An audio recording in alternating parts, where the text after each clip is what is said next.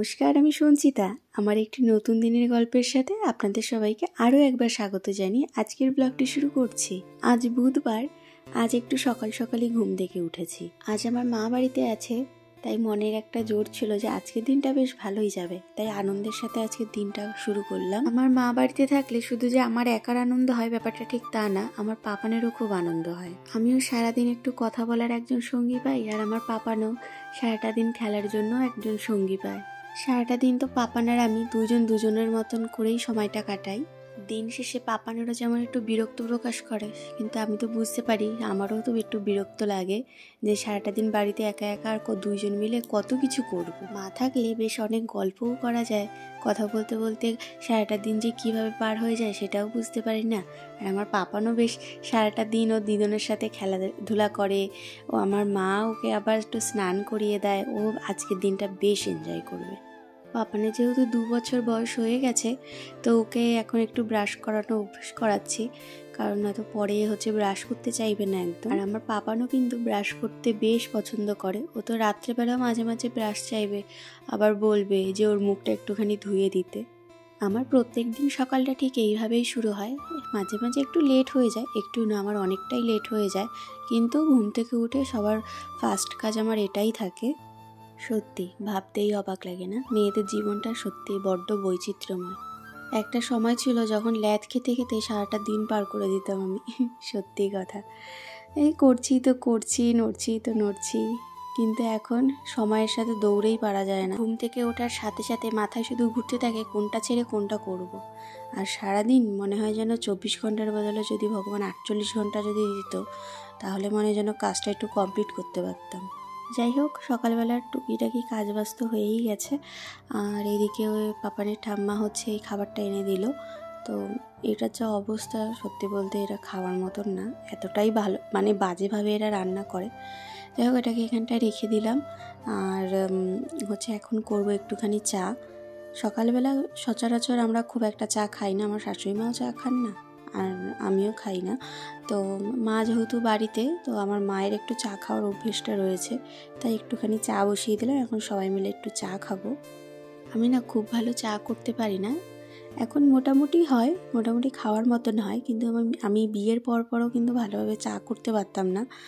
হ্যাঁ, পাপানের বাবা তো আমার বিয়ের পরে ভয়তে আমার হাতে চাই খেত না, কারণ আমি এতটাই তখন বাজে চা বানাতাম। কিন্তু এখন দেখুন, সময়ের সাথে সাথে সব কিছুই ঠিক হয়ে গেছে। যে কোনো কিছুর জন্য না একটুখানি সময় দিতে হয়। হুটোপাটি করে কাউকে কিছু বলা বা এটা পারে না, ওটা করছে না, এসব না বলে যে কোনো মানুষকে একটুখানি সময় দিলে সে ঠিক গুছিয়েই কাজটা করে নেবে। আর এটা আমার পাপানের খাবার।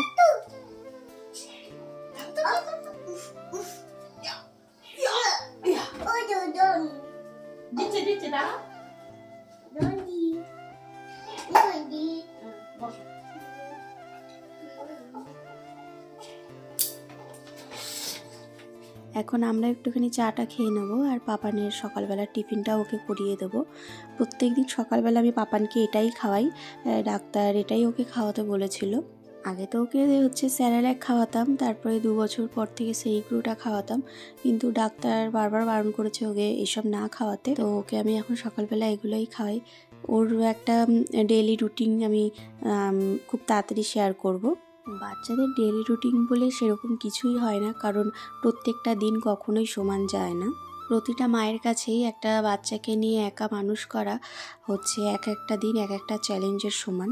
অবশ্যই সেটা যদি তুমি সন্তানকে সঠিকভাবে মানুষ করতে চাও তবেই। আমার এই চ্যানেলটি যারা সাবস্ক্রাইব করেছেন এবং যারা আমার ভিডিওটি দেখেন, তাদেরকে অসংখ্য ধন্যবাদ আমার ভিডিওটি দেখার জন্য। আর যারা আমার ভিডিওটি আজকে নতুন দেখছেন, অবশ্যই আমার চ্যানেলটি সাবস্ক্রাইব করে আমার পাশে থাকবেন। আর পারলে আমার ভিডিওটিতে একটা করে লাইক আর একটা কমেন্টস করে যাবেন, যাতে আমি পরবর্তী ভিডিও করতে আরও বেশি করে মোটিভেট হতে পারি। আপনাদের একটা লাইক, একটা কমেন্টস আমাকে নেক্সট ভিডিও করতে অনেক বেশি করে মোটিভেট করে। এই যে গাড়ি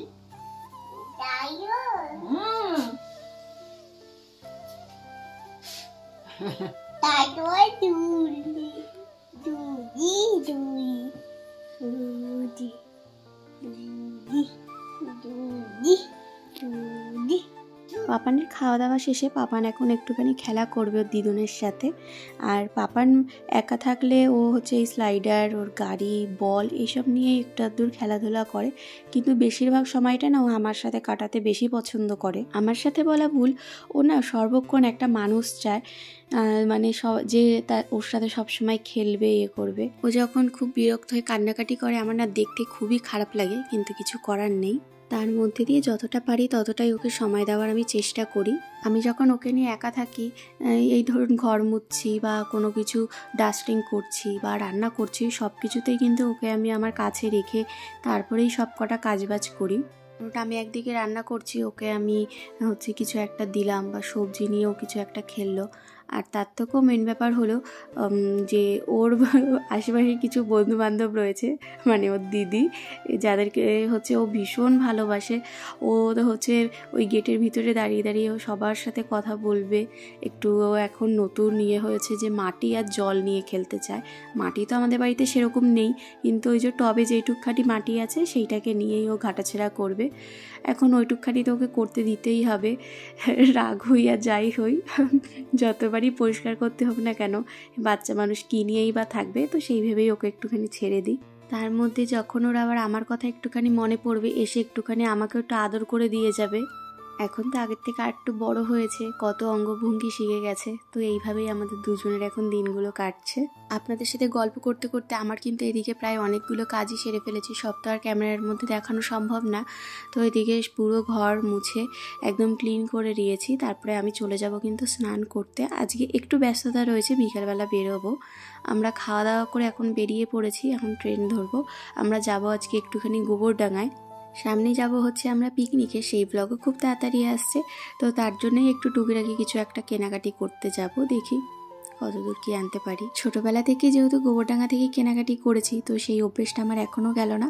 এখনও কোনো কিছু হলেই মনে হয় যেন গোবরডাঙ্গা থেকেই কেনাকাটিটা করি, কিন্তু এই অভ্যেসটা না আমার একটু চেঞ্জ করা দরকার। যাই হোক, আমরা তো বসেই আছি, আর এদিকে পাপান কি করছে চলুন দেখাই। কি টুকি টুকি পড়ে যাবে, ওরম করে না, ওঠো ওঠো।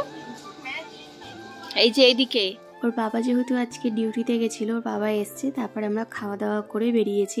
একটু তো লেট হয়ে গেছে, কিন্তু কিছু করার নেই। এখান থেকে আবার একটু আমার মামা বাড়ির দিকেও যাব, জানি না কতদূর কি শেয়ার করতে পারবো। আমি দুটো ব্লাউজও বানাতে দেবো, দুটো শাড়ি নেওয়া হয়েছে, তো সেই ব্লাউজটা বানাতে দেবো। এখন আমাদের ট্রেন চলে এসেছে, চলুন উঠে পড়ি, তারপরে আবার কথা হচ্ছে। ট্রেন থেকে নেমে আমরা চলে এসেছি একটা জামা কাপড়ের দোকানে। তো আমি মেনলি এখান থেকেই মোটামুটি সব চুড়িদার বা সোয়েটার যেটাই বলো না কেন, সেগুলো আমি এখান থেকেই কেনাকাটি করি, এই দাদার দোকান থেকে। এনার বিহেভিয়ারও খুব ভালো, আর আমি যেহেতু আগে করে এনার কাছ থেকেই কিনে এসেছি, তো ওর জন্য এখানটাতেই আসি।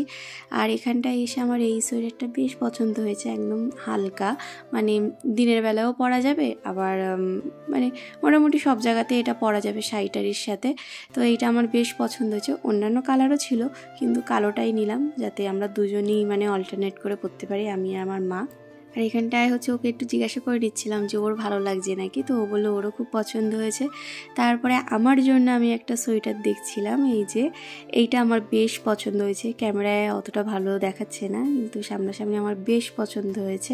সব কিছু দেখাতে গেলে ভিডিওটা অনেক লং হয়ে যেত, তো আজকের মতো আমি এখানটাতেই ভিডিওটা শেষ করছি। আশা করছি আজকের ভিডিওটা আপনাদের ভালো লেগেছে। আজকের মতো বিদায় নিলাম, সবাই ভালো থাকবেন, সুস্থ থাকবেন, টাটা।